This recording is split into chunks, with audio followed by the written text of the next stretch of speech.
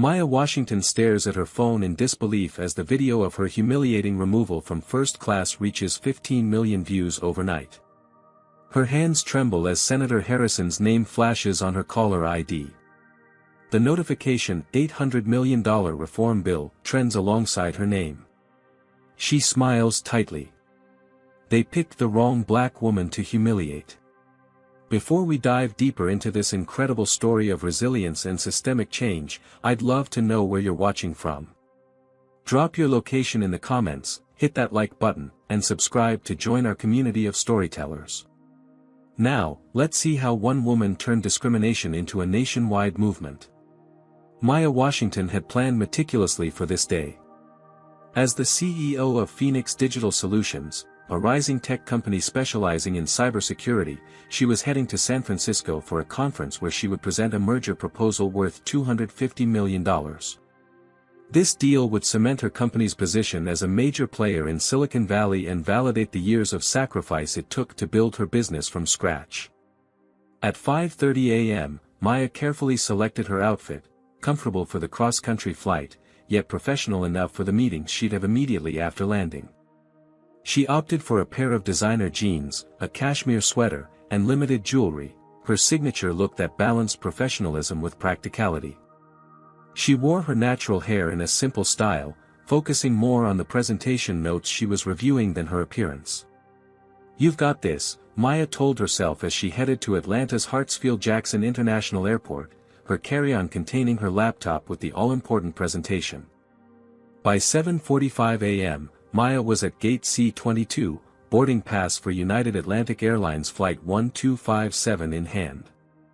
First class, Seat 3A, a necessary expense for long flights when she needed to work and arrive refreshed. She had status with the airline after countless business trips, and her membership in their Executive Platinum program usually meant seamless travel. "Now boarding our first-class passengers," announced the gate agent, and Maya stepped forward with the other premium passengers. That's when things began to unravel. "Excuse me, ma'am," said the flight attendant, a white man whose name tag read Darren Walsh. "This line is for first-class passengers only." Maya smiled politely. "Yes, I'm in first class. Seat 3A. She held up her digital boarding pass on her phone. Darren glanced at her phone, then back at Maya, his eyes lingering on her casual attire and natural hair. "Do you have a paper boarding pass?" Though annoyed by the unusual request, Maya pulled out the paper version she'd printed as backup. "Here you go." He examined it with skeptical eyes. "One moment, please." As Maya waited, she noticed other first-class passengers, all white, boarding without additional verification.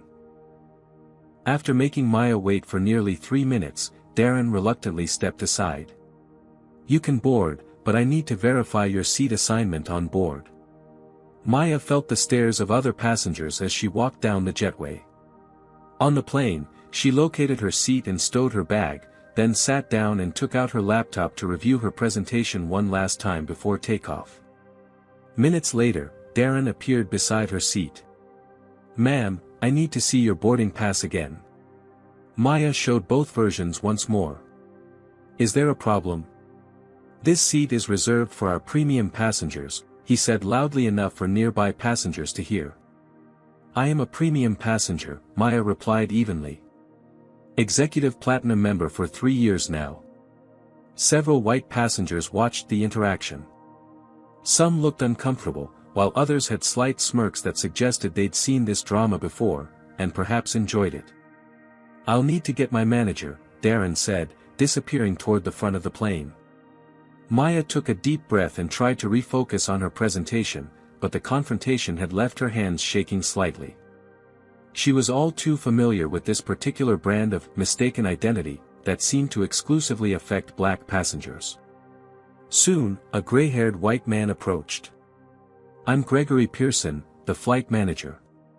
There seems to be some confusion about your seating." "There's no confusion," Maya said firmly. "I purchased a first-class ticket. I'm sitting in my assigned seat." "Let me check the system," he offered, but instead of using the tablet in his hand, he simply glanced at her. Our records show you should be in economy. Seat 28B. That's incorrect. I've shown my boarding pass twice now. Would you like to see it again? Maya pulled up the digital version on her phone. Those can be manipulated, Pearson responded dismissively. Ma'am, I need you to move to your actual seat. We have passengers waiting to board. Maya felt her professional composure being tested. I will not move because I am in my correct seat. Please check your computer records for my reservation. Listen, Pearson lowered his voice, leaning closer, we can do this the easy way or the hard way. Either you move to economy, or I'll have to call security to escort you off the plane. The first-class cabin had gone silent. Every passenger was watching now. Maya realized what was happening. She was being profiled, assumed to be in the wrong place because of how she looked. I'll give you one option, Maya responded, her voice steady despite her racing heart. Check your records properly. My name is Maya Washington. I'm an executive platinum member, and I paid for seat 3A. Pearson straightened up. Security will escort you off the plane. You can sort this out at the gate. As he walked away, Maya made a crucial decision. She pulled out her phone and began recording. Ma'am, you need to come with us now. The stern voice belonged to Keith Daniels, one of two airport security officers now standing in the first-class aisle. Beside him, Officer Robert Fleming stood with his hand resting on his belt, as if anticipating resistance. Maya continued recording as she responded calmly. I have a valid ticket for this seat. No one has actually checked the computer system to verify my reservation. That's not our concern, said Fleming. The airline has requested your removal, and we're here to enforce that request. The entire first-class cabin watched in uncomfortable silence. In row 2, a young white woman named Zoe Miller had also begun recording the incident discreetly from her window seat. I will leave under protest, Maya said clearly for her recording. I want it on record that at no point has anyone verified my reservation in the system, despite my multiple requests. Just grab your things, Daniels said impatiently. As Maya stood to retrieve her carry-on from the overhead bin, Fleming roughly pulled it down, causing her laptop to tumble out onto the floor. Careful! Maya exclaimed, lunging to protect her device, but it was too late. The screen had cracked, along with her chances of presenting her carefully prepared merger proposal. Let's go, Fleming said, grabbing her arm. Don't touch me, Maya said firmly, jerking away from his grip. I can walk on my own. As they escorted her through the cabin, Maya held her head high, even as shame and rage battled within her. The walk down the narrow economy aisle felt endless, with curious faces looking up from both sides as she passed. Once in the terminal, Maya immediately called Trevor Barnes, her second-in-command who was already in San Francisco preparing for the meeting. Trevor, we have a problem, she explained the situation, her voice professional despite the circumstances. The laptop is damaged. I need you to take the lead on the presentation. Maya, I don't have the final numbers or the updated projections, Trevor sounded panicked. We've been working on those right up until yesterday. Email tech support, they can probably recover the files from our cloud backup. You'll have to make it work. Maya knew this was a potential disaster for the company she'd built from nothing. Meanwhile, a United Atlantic customer service representative approached with an insincere smile. Ms. Washington, we apologize for the inconvenience. We'd like to offer you a $500 flight voucher for future travel with United Atlantic. Maya stared at the woman in disbelief. Inconvenience? Your staff racially profiled me, publicly humiliated me, damaged my property, and caused me to miss a crucial business meeting. And you're offering a voucher? It's our standard compensation package for voluntary deplaning, the representative replied, as if reading from a script. There was nothing voluntary about what just happened, Maya countered, her patience finally wearing thin. I'll be speaking with my attorneys. As the representative retreated, Maya's phone buzzed with a notification. It was a social media alert, someone had posted a video of her removal from the plane. Her stomach dropped as she clicked on it and saw Zoe Miller's recording, already gaining traction with the hashtag #FlyingWhileBlack. By the time Maya checked into her hotel in San Francisco, after booking a flight on a competing airline, the video had been viewed over 1 million times. Her phone was flooded with messages, from friends, colleagues, and her legal team. "We should pursue immediate legal action for discrimination, defamation, and property damage," advised her attorney, Jonathan Pierce. "We can likely settle for a significant sum." Maya was considering this option when her phone rang again. The caller ID showed Grandma Josephine Washington, her 86-year-old grandmother who had marched with Dr. King in Selma. "I saw what they did to you, baby," Josephine's voice was strong despite her age. "Reminded me of when they wouldn't let me sit at the lunch counter in '63. I'm going to sue them, Grandma," Maya assured her. "Make them pay for what they did." There was a pause before Josephine responded. "You could do that. Take their money and move on. Or you could make this bigger than just you." "What do you mean? How many others has this happened to who don't have your resources? Your platform? You've always said you wanted to make a difference in this world beyond just building your company. Maybe this is your chance." After hanging up, Maya sat in her hotel room, watching the view count on the video climb past 5 million. The comments section was filled with similar stories from people of color who had experienced discrimination while traveling. She made a decision. This wouldn't be just about her humiliation or a quick settlement. This would be about systemic change. Maya opened her laptop, her backup device, and began to type, an open letter to United Atlantic Airlines and the aviation industry. By morning, her post would reach millions more. The conference room in Maya's Atlanta headquarters had been transformed into an investigation hub. Whiteboards lined the walls, covered with timelines, names, and connections. At the center of it all stood Rachel Winters, the investigative journalist Maya had hired to dig deeper into United Atlantic's practices.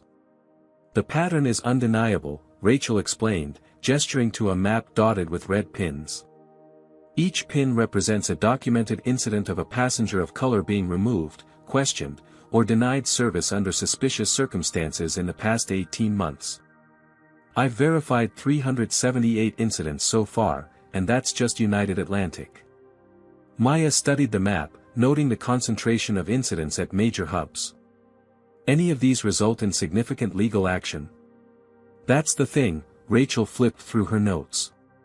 "Most were settled quickly with NDAs. The few that went further were handled individually, treated as isolated incidents rather than evidence of a pattern." Maya's legal team had already filed initial paperwork for her own case, but her grandmother's words kept echoing in her mind, "Make this bigger than just you." "What about internal policies? Anything there?" Maya asked. Rachel smiled grimly. "That's where things get interesting.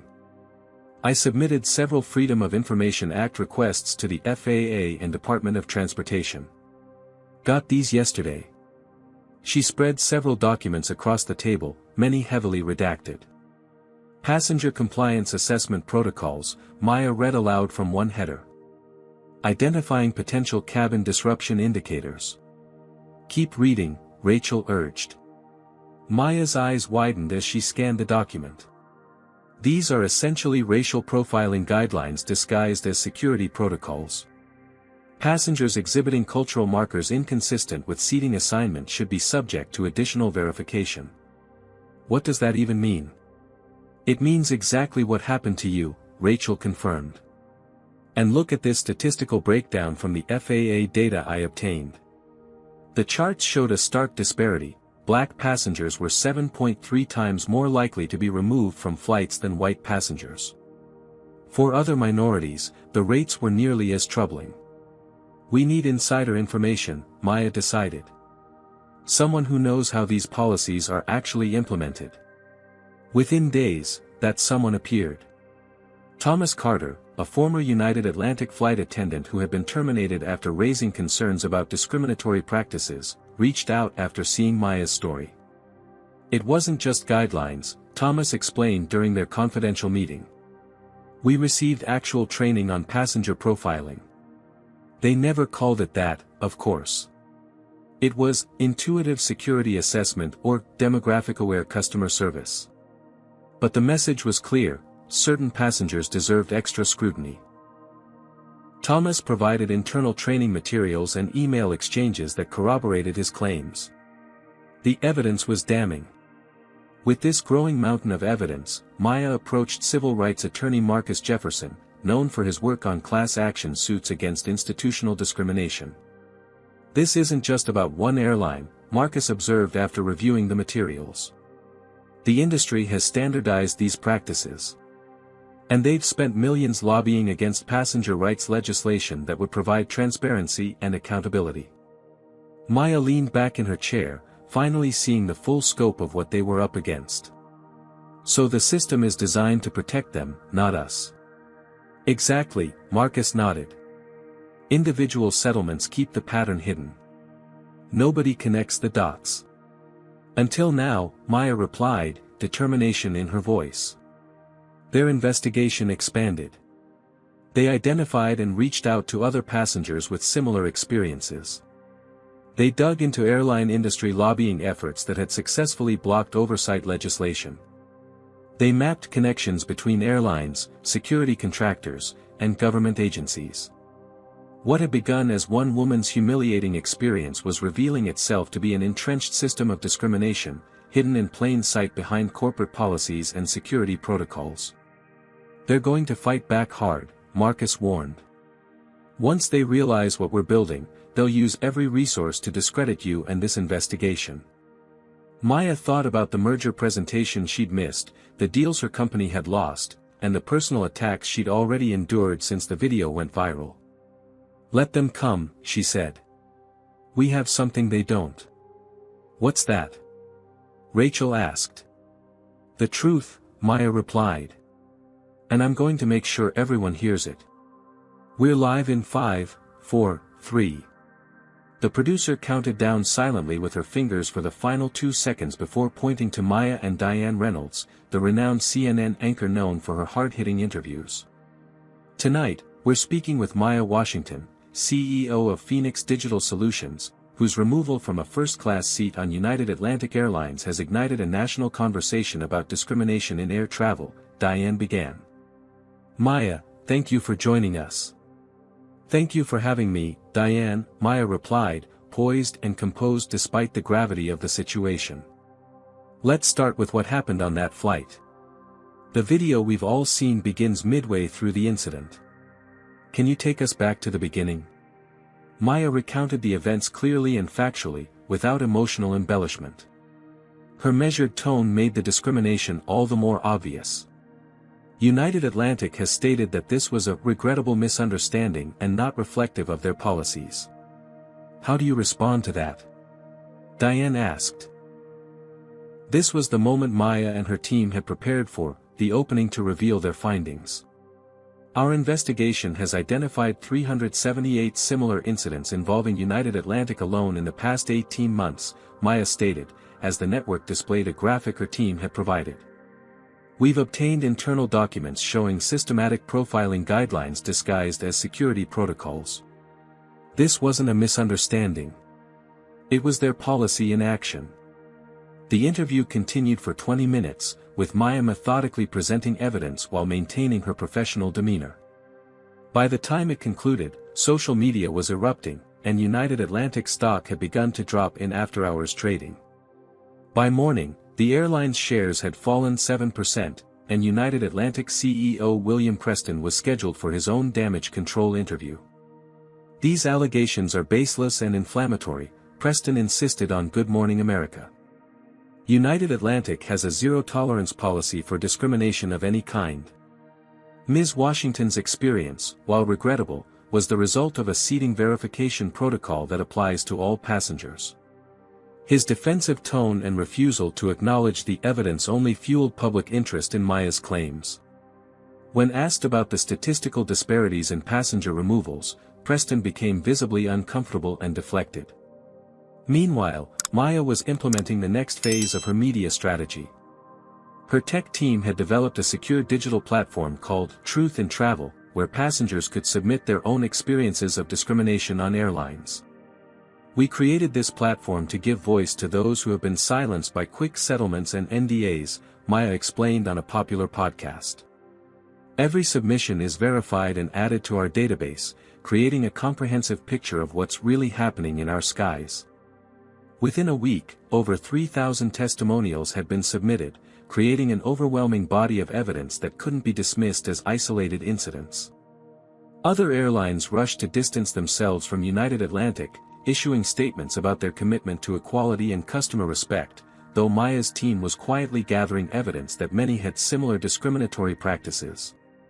Corporate sponsors began withdrawing from United Atlantic.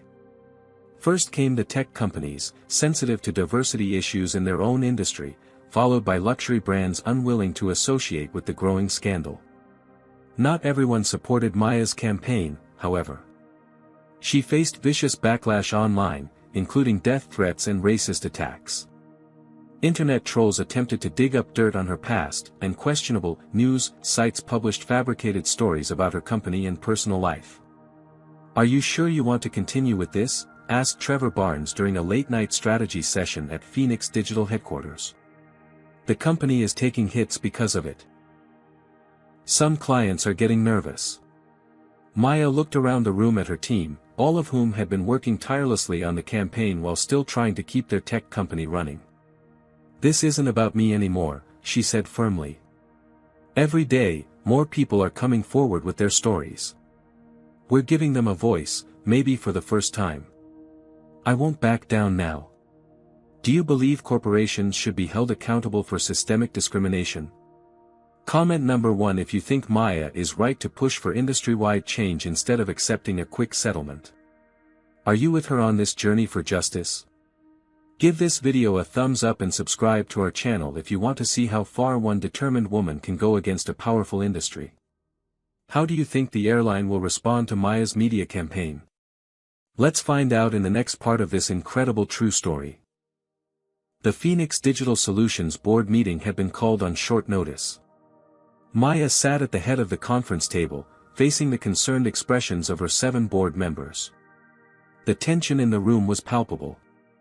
"Our Q3 projections are down 15%, said Harold Winters, the most conservative member of the board. He slid a document across the table. 3 clients have paused their contracts pending resolution of current events. That's code for, until Maya stops making headlines. We've also had 2 potential investors pull out of discussions," added Diane Chen, the company's CFO. They cited increased risk factors. Maya had anticipated this pushback. Her campaign against United Atlantic and the airline industry was affecting her company, the very entity she'd spent 8 years building from a startup in her garage to a respected cybersecurity firm with over 200 employees. "I understand your concerns," Maya said calmly. "But I've reviewed our financials with Diane. We have sufficient reserves to weather this temporary downturn."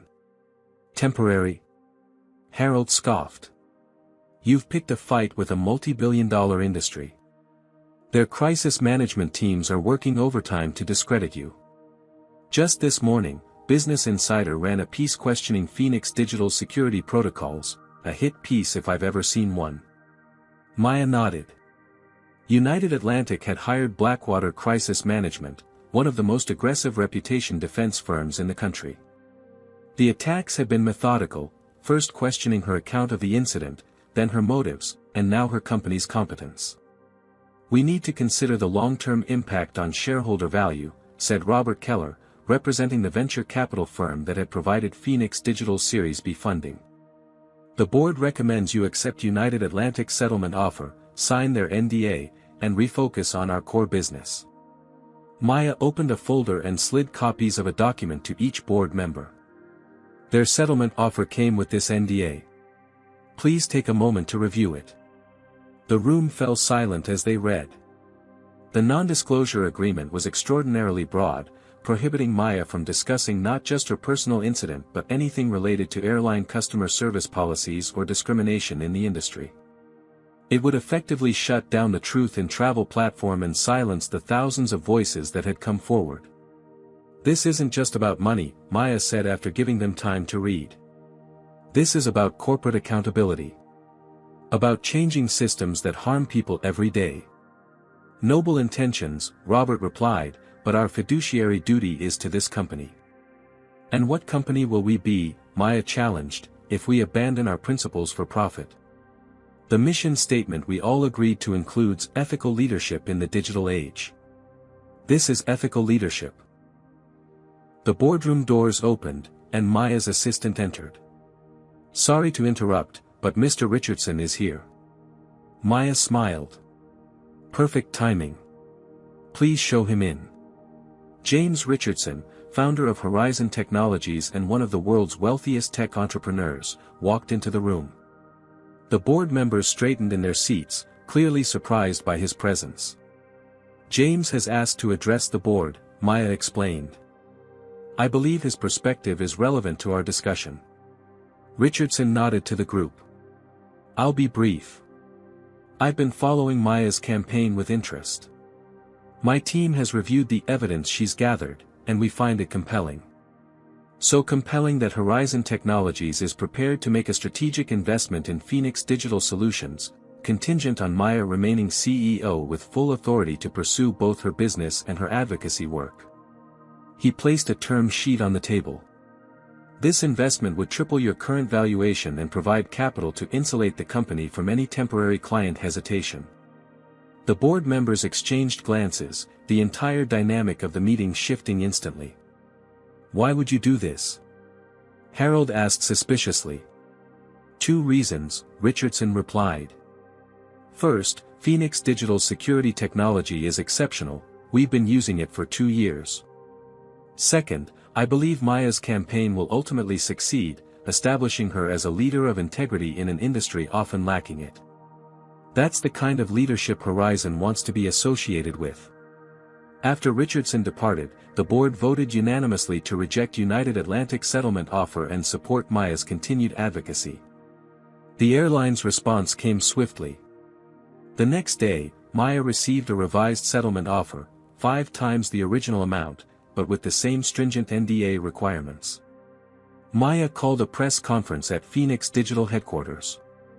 With cameras rolling and reporters from every major network present, she made her position clear.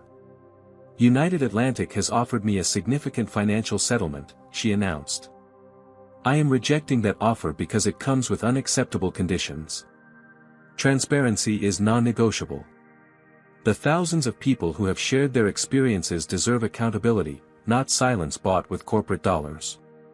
She held up a thick stack of papers. These are just some of the verified testimonials we've received. Behind each one is a person who was humiliated, discriminated against, or treated as less than human while simply trying to travel. Their stories will be heard. The airline's crisis management team escalated their campaign against Maya. Anonymous sources fed tabloid stories questioning her character. Business publications ran analyses suggesting her advocacy was a publicity stunt to boost her company's profile.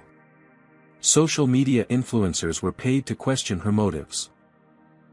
The most damaging attack came when an industry trade publication published an exposé claiming Phoenix Digital had security vulnerabilities that put client data at risk, allegations based on distorted information and technical misrepresentations. Maya's team worked around the clock to refute the claims, but the damage to the company's reputation was real. More clients paused their contracts. Employees began receiving recruitment calls from competitors sensing weakness. They're trying to destroy everything you've built, Marcus Jefferson warned during a strategy session. This is how corporations fight when they're cornered, they don't just defend themselves, they try to annihilate their opponents. Maya looked around at her team, seeing the exhaustion on their faces after weeks of battling on 2 fronts, running the company while fighting a corporate giant. Maybe we need to shift our strategy, she said finally. The corporate battle is draining our resources and dividing our focus. Are you considering backing down? Rachel asked, concerned. Not at all, Maya replied, a new determination in her voice. I'm considering changing the battlefield. If corporations protect each other, maybe we need to take this fight somewhere else, somewhere their influence isn't absolute. Where's that? Trevor asked. Maya smiled grimly. Washington. Senator Elaine Harrison's office in the Hart Senate Office Building featured spectacular views of the Capitol Dome, but neither woman was paying attention to the vista as they reviewed documents spread across the conference table. Your evidence is compelling, Senator Harrison admitted, adjusting her glasses as she examined a statistical analysis of passenger removal incidents. I've been working on airline passenger rights legislation for 3 years, but the industry lobbying has been formidable. That's a diplomatic way of saying they've blocked every meaningful reform, Maya observed. Harrison nodded. Aviation lobbyists spent $74 million last year alone. They have former congresspeople and FAA officials on their payrolls. It's an uphill battle. Maya had pivoted to the political arena after realizing that the corporate approach had limitations. While her media campaign had created public awareness, United Atlantic and the airline industry were too powerful to be reformed through market pressure alone. Systemic problems required systemic solutions, and that meant legislation. What would it take to get meaningful reform through Congress? Maya asked. First, we need more co-sponsors, Harrison explained. I can introduce you to several members of the Congressional Black Caucus who would be natural allies. Second, we need compelling testimony for hearings, stories that can't be ignored. And third, we need to neutralize the opposition's main arguments about costs and operational impacts. Maya nodded, already formulating a plan. I can help with all three. Over the next 2 weeks, Maya met with members of Congress from both parties. To conservatives, she emphasized consumer rights and market fairness. To progressives, she focused on civil rights and justice. Her business background gave her credibility with lawmakers who might otherwise dismiss discrimination claims. The Congressional Black Caucus members were particularly supportive after reviewing Maya's evidence. Representative James Turner, a senior member with significant committee influence, became a key ally. My own daughter experienced something similar last year, he confided during their meeting. The airline treated her like she didn't belong in business class, despite her being a corporate attorney flying on company business. I've wanted to address this issue for years, but needed the right vehicle. 6 weeks after Maya's first meeting with Senator Harrison, congressional hearings were scheduled before the Transportation and Infrastructure Committee. Maya would be the lead witness, followed by other passengers who had experienced discrimination, former airline employees, and industry experts. The day of the hearing arrived with significant media attention. Maya had prepared extensively, working with her team to distill the thousands of incidents they documented into compelling testimony backed by irrefutable data. Ms. Washington, you have 5 minutes for your opening statement, said Chairman Reynolds after the preliminaries were complete.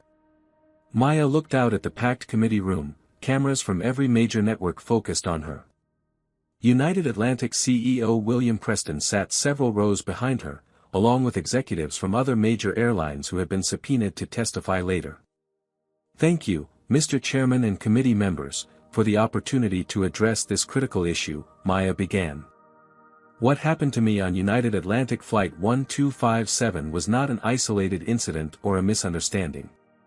It was the visible manifestation of systematic discrimination that affects thousands of passengers every year.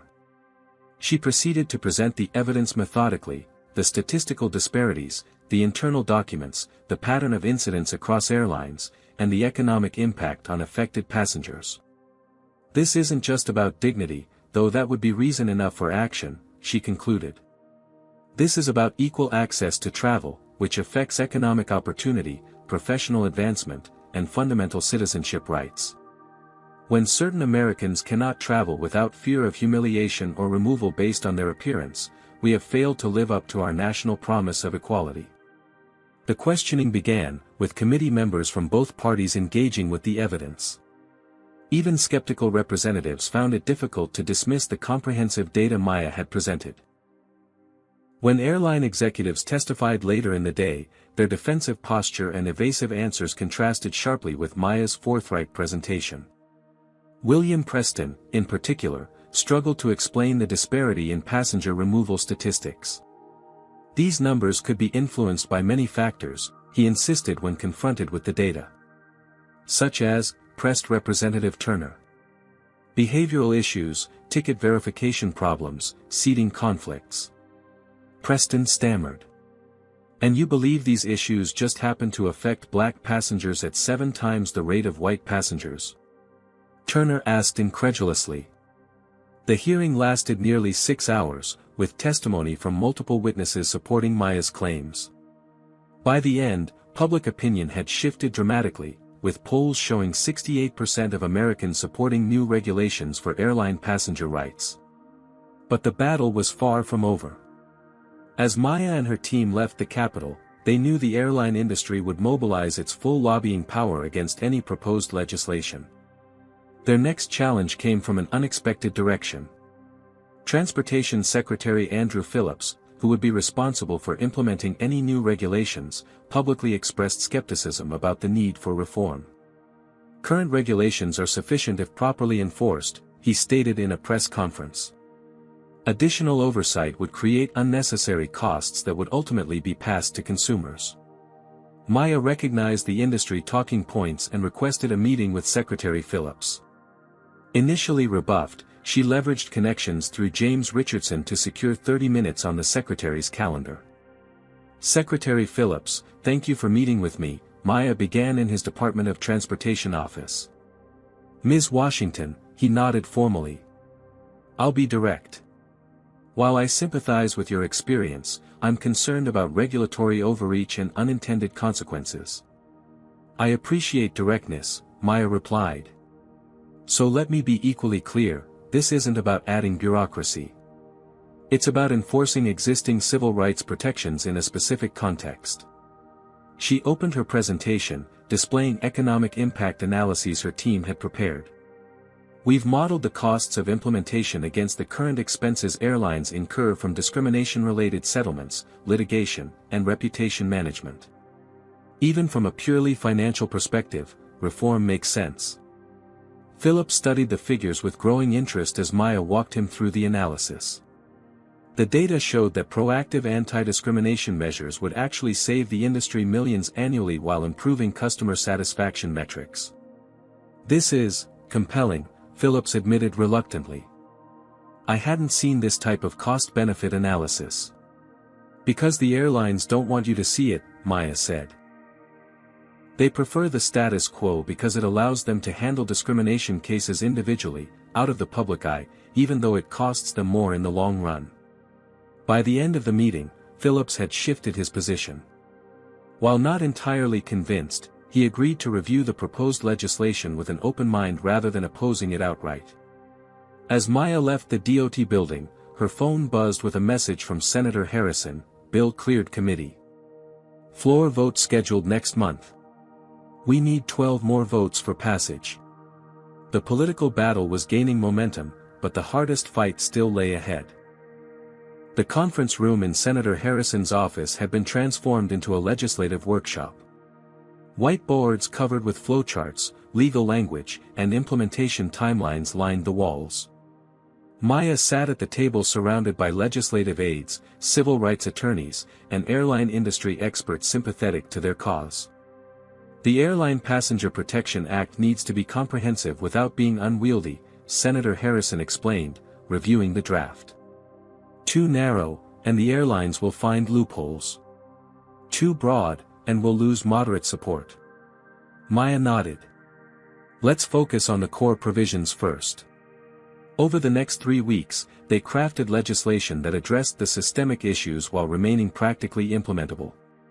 The key provisions included 1. Anti-discrimination protocols that required standardized verification procedures applied equally to all passengers.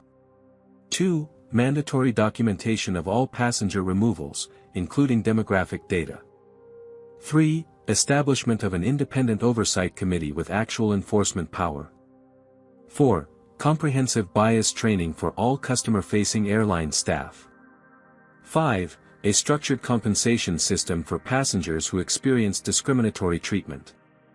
The training component is crucial, emphasized Dr. Lydia Jenkins, a diversity specialist who had joined their team. Without addressing the underlying biases, procedural changes alone won't solve the problem. Maya agreed. And the training needs to be ongoing, not just a one-time seminar that staff can tune out. The technical aspects of implementation presented challenges. How would the oversight committee function? What reporting mechanisms would ensure compliance without creating excessive paperwork?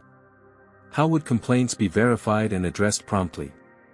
To answer these questions, Maya brought in experts from Phoenix Digital to develop technical frameworks that would make the reforms efficient and effective. We can create a secure, anonymized reporting system that tracks patterns while protecting privacy, explained Trevor Barnes, demonstrating a prototype. Airlines would submit standardized data that feeds into a dashboard for the Oversight Committee.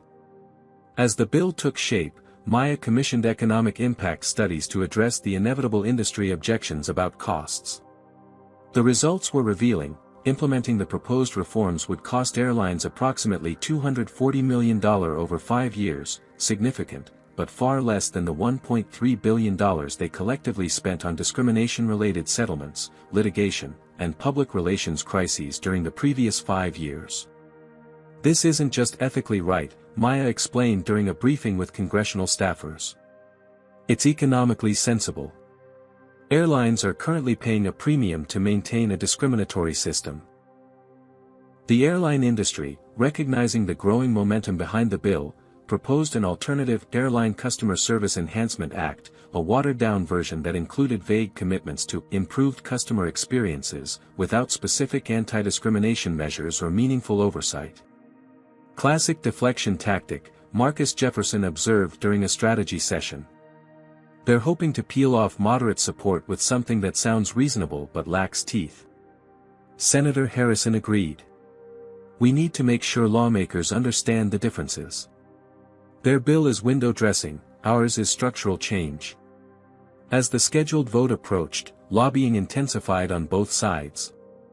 Airline industry representatives held meetings with key senators, particularly those from states with major airline hubs. Industry-funded think tanks published papers questioning the need for new regulations. Maya and her allies countered with grassroots pressure. The Truth in Travel platform had gathered over 15,000 verified accounts of discrimination, organized by congressional district. These stories were shared directly with representatives, putting human faces on the statistics. Senator Mitchell needs to hear from constituents, Maya instructed her team.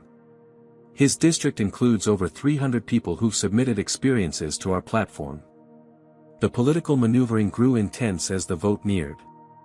Airlines offered route expansions in strategic districts. Campaign contributions flowed to key lawmakers. Promises of industry self-regulation were made in private meetings. 2 days before the scheduled vote, Maya received alarming news from Senator Harrison. We're 3 votes short, she reported grimly. Senators Davis, Wong, and Patel are leaning toward the industry alternative. What's their hesitation? Maya asked. Davis is concerned about implementation costs. Wong wants stronger data privacy protections.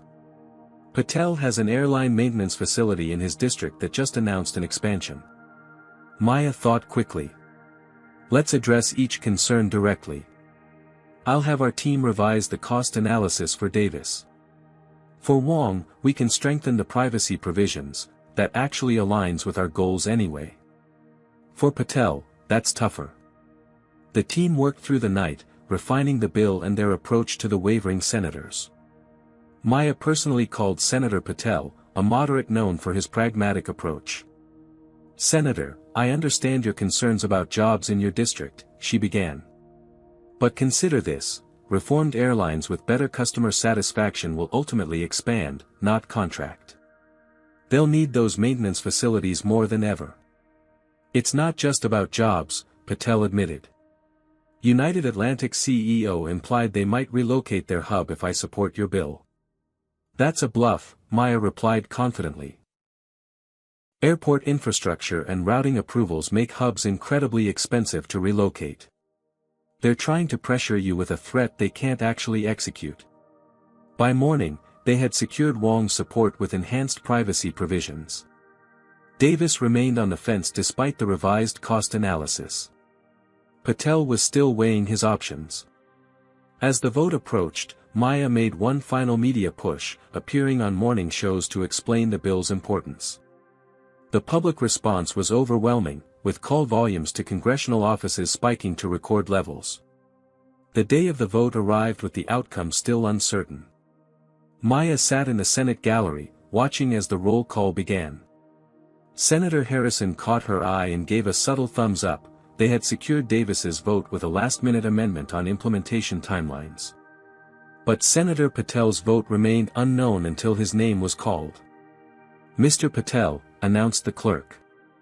The senator paused, looking briefly up at the gallery where Maya sat. "Aye," he said firmly. The Airline Passenger Protection Act passed 52 to 48, clearing its final legislative hurdle. The $800 million reform package would now become law, forever changing how airlines treated their passengers. As reporters swarmed Maya outside the Senate chamber, she deflected personal credit. "This victory belongs to the thousands of people who shared their stories," she said. "Their courage made this possible." The emergency board meeting at United Atlantic's headquarters had one item on its agenda: damage control. The company's stock had plunged 22% since the passage of the Airline Passenger Protection Act, and major shareholders were demanding action. "The legislation is just the beginning of our problems," explained the chief financial officer. "Class action lawsuits are being filed daily. Corporate clients are canceling contracts. Our brand reputation metrics are at historic lows." All eyes turned to CEO William Preston, whose combative approach to Maya Washington's campaign had backfired spectacularly. "Perhaps it's time for new leadership," suggested Catherine Zhou, representing the company's largest institutional investor. "Someone who can navigate this new landscape and rebuild trust." By day's end, Preston had resigned to pursue other opportunities. The search for his replacement lasted just 72 hours before the board made a historic announcement. Vanessa Reynolds, the airline's former operations director who had left 3 years earlier over ethical concerns, would become United Atlantic's new CEO, the first black woman to lead a major airline. At her first press conference, Reynolds addressed the company's past failures directly. United Atlantic failed its passengers and its own values, she acknowledged. "Discrimination has no place in our skies or anywhere else. Under my leadership, we will not only comply with the new legislation but exceed it, setting new standards for inclusive customer service." Her first act as CEO was unexpected. She called Maya Washington. "Ms. Washington, this is Vanessa Reynolds," she began when Maya answered. "I believe we have a lot to discuss." The meeting took place on neutral ground, a conference room at the Department of Transportation. Maya arrived with Marcus Jefferson and Rachel Winters, unsure what to expect. "Thank you for agreeing to meet," Reynolds said as they settled in. "I'll be direct. United Atlantic needs to transform, and I believe you can help us do it right." Maya raised an eyebrow. "I'm listening. I'm proposing a formal consulting arrangement. Your team has spent months studying airline discrimination. You understand the problems better than anyone. Help us fix them, not just with compliance, but with genuine change." The proposal was bold. Maya's team would help develop new training programs, review and revise customer service protocols, and establish internal oversight mechanisms. United Atlantic would compensate Phoenix Digital Solutions for their expertise while making a substantial contribution to the newly established Equitable Skies Foundation that Maya had created.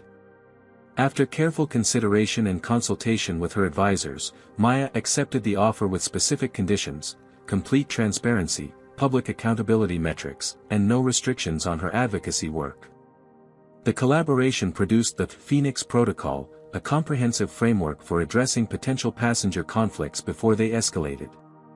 The protocol emphasized clear communication, consistent application of policies, and multiple verification steps before any passenger removal. The key innovation is removing individual discretion in enforcement situations, Maya explained during the implementation training. Bias thrives in ambiguity. The Phoenix Protocol creates clear decision trees that apply equally to everyone. Phoenix Digital's technical team developed an AI system that monitored patterns in passenger interactions, flagging potential discrimination in real time and providing intervention recommendations to gate agents and flight attendants. As United Atlantic implemented these changes, other airlines took notice. Rather than waiting for enforcement actions under the new law, many began proactive reforms to avoid being the next target of public scrutiny. "We're seeing an industry-wide transformation," noted Transportation Secretary Phillips during a regulatory review meeting. Passenger removal incidents are down 64% in just the first 6 months. Discrimination complaints have dropped by over 70%. Maya's business expanded in unexpected ways. Phoenix Digital created a specialized division focused on algorithmic fairness and bias detection in customer service operations. What had begun as a personal crusade had evolved into a new business opportunity that aligned with her values. "The irony isn't lost on me," Maya told Trevor during a strategy session. "Our company is stronger now than before all this happened. We've expanded into a whole new market." Forbes magazine featured Maya on its cover with the headline, "The Accidental Reformer: How Maya Washington Transformed an Industry and Her Business." The article detailed how her response to discrimination had created a new corporate accountability model that other industries were beginning to adopt. United Atlantic's transformation proved financially beneficial as well. After an initial period of adjustment, their customer satisfaction scores reached all-time highs. The diversity of their passenger base expanded, and their reputation gradually recovered. During a quarterly earnings call, Vanessa Reynolds shared the results. "Our investment in equitable service isn't just ethically right, it's good business. Passenger retention is up, litigation costs are down, and employee satisfaction has improved dramatically." The most significant metric came 1 year after the incident. United Atlantic stock had not only recovered but surpassed its previous value. The market had recognized that ethical reform could drive financial performance. Maya watched these developments with satisfaction, but her mind was already turning to the broader implications. If one industry could be transformed through strategic pressure and evidence-based advocacy, what else might be possible? The gallery of the United States Senate was packed as the final vote on the Airline Passenger Protection Act amendments was tallied. These additions to the original legislation would expand funding to $800 million and strengthen enforcement mechanisms based on the first year's implementation data. The vote is 68 yeas, 32 nays, announced the presiding officer. The bill is passed. Maya Washington sat in the visitors' gallery beside her grandmother Josephine, who had traveled from Atlanta for this moment. As the senators below shuffled papers and prepared to move to the next agenda item, Josephine squeezed Maya's hand. "Your grandfather would have been so proud," she whispered. "He always said one person could change the world if they refused to accept injustice." Maya nodded, thinking of how far they had come from that humiliating day when she was removed from her first-class seat. What began as a personal injustice had sparked a movement and created lasting change. 1 year after the incident, airline discrimination incidents had decreased by 78% across all major carriers. The independent oversight committee established by the legislation had processed over 5,000 historical complaints, resulting in standardized compensation for victims and corrective actions for airlines. Maya had established the Equitable Skies Foundation with a portion of the settlement she eventually received from United Atlantic. The foundation supported advocacy for transportation equity across all modes of travel and provided legal assistance to travelers experiencing discrimination. The foundation's annual Airline Accountability Report had become an industry benchmark, tracking progress and highlighting areas still needing improvement. While the data showed significant positive changes, Maya knew the work was far from complete. "We've changed policies and practices," she often reminded her team. "Changing hearts and minds takes longer." On the anniversary of the viral video, Maya found herself booking a flight on United Atlantic, the same route, Atlanta to San Francisco, first class, seat 3A. It was a symbolic journey she had planned carefully. The airline experience was noticeably different. Check-in agents and TSA screeners followed standardized protocols for all passengers. Boarding announcements emphasized that verification procedures would be consistent for everyone. As Maya settled into her first-class seat, a flight attendant approached. For a brief moment, the memory of that confrontation flashed through her mind. "Ms. Washington," the young woman said with a warm smile of recognition. "It's an honor to have you on board. You changed everything for us."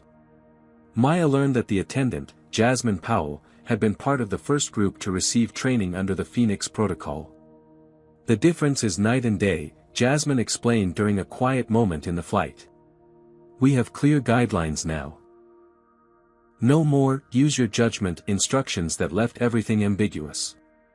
After landing in San Francisco, Maya met with Zoe Miller, the young woman whose recording of the original incident had gone viral.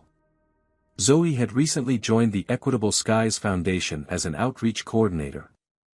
"I never expected that hitting record would lead to all this," Zoe admitted as they walked through the same terminal where Maya had been escorted out a year earlier.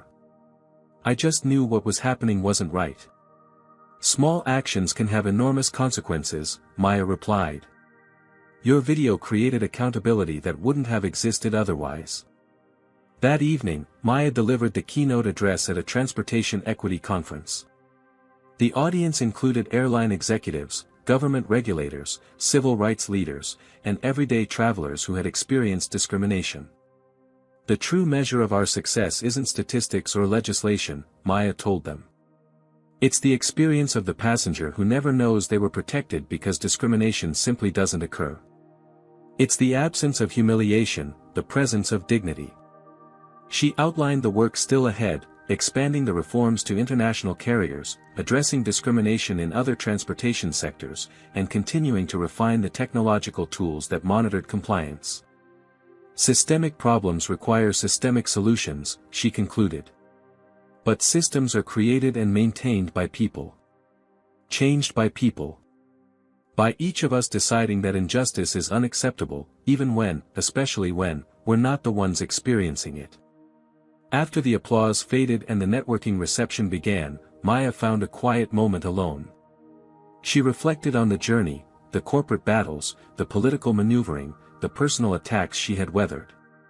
The merger her company had lost when her laptop was damaged now seemed insignificant compared to what had been gained.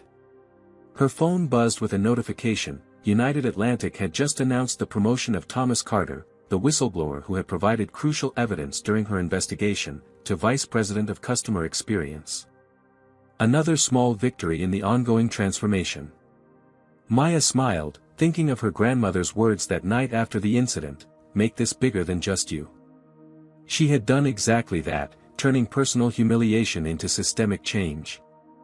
As Maya prepared to rejoin the reception, a young black woman approached hesitantly. "Ms. Washington? I'm sorry to interrupt, but I just wanted to say thank you. I'm a frequent business traveler, and for the first time, I can board a plane without that knot of anxiety in my stomach, wondering if today is the day I'll be questioned or removed." "What's your name?" Maya asked. "Tiana Johnson. I'm a software engineer." "Thank you for telling me, Tiana. That means everything." Later that night, as Maya boarded her return flight to Atlanta, the flight attendant checked her boarding pass with the same efficiency and respect shown to every passenger. "Welcome aboard, Ms. Washington," he said simply as she settled into her first-class seat. It was, perhaps, the most profound victory of all. The ordinary became just that, ordinary. No special treatment, no discrimination. Just equal dignity for everyone. Maya Washington's journey from humiliation to reformation teaches us that individual courage can catalyze systemic change. When faced with injustice, Maya chose accountability over easy settlement, recognizing that true transformation requires addressing root causes rather than symptoms. Her story demonstrates that discrimination thrives in ambiguity and inconsistency, while clear protocols and transparent documentation create equality. The corporate world often values quick fixes and silence over meaningful reform, but Maya proved that ethical leadership and principled stands ultimately create stronger businesses and industries. By shifting from corporate to legislative approaches, she showed how strategic advocacy must target the right leverage points within complex systems. Most importantly, Maya's story reveals how injustice affects not just individuals but entire communities. The thousands who shared their experiences found validation and voice through her platform, reminding us that representation matters, both in airline seats and in the rooms where decisions are made. The most powerful change often begins with one person refusing to accept the unacceptable, creating ripples that transform into waves of justice. Have you ever witnessed or experienced discrimination while traveling? Share your story in the comments below. Did Maya's approach of pursuing systemic change rather than personal compensation resonate with you? Let us know by clicking the like button and subscribing to our channel for more powerful stories of transformation and justice. Share this video with someone who needs inspiration to stand up against discrimination in their own life. Thank you for joining us on this journey of courage and change. Remember, your voice matters. Sometimes all it takes is one person willing to speak truth to power to create lasting change.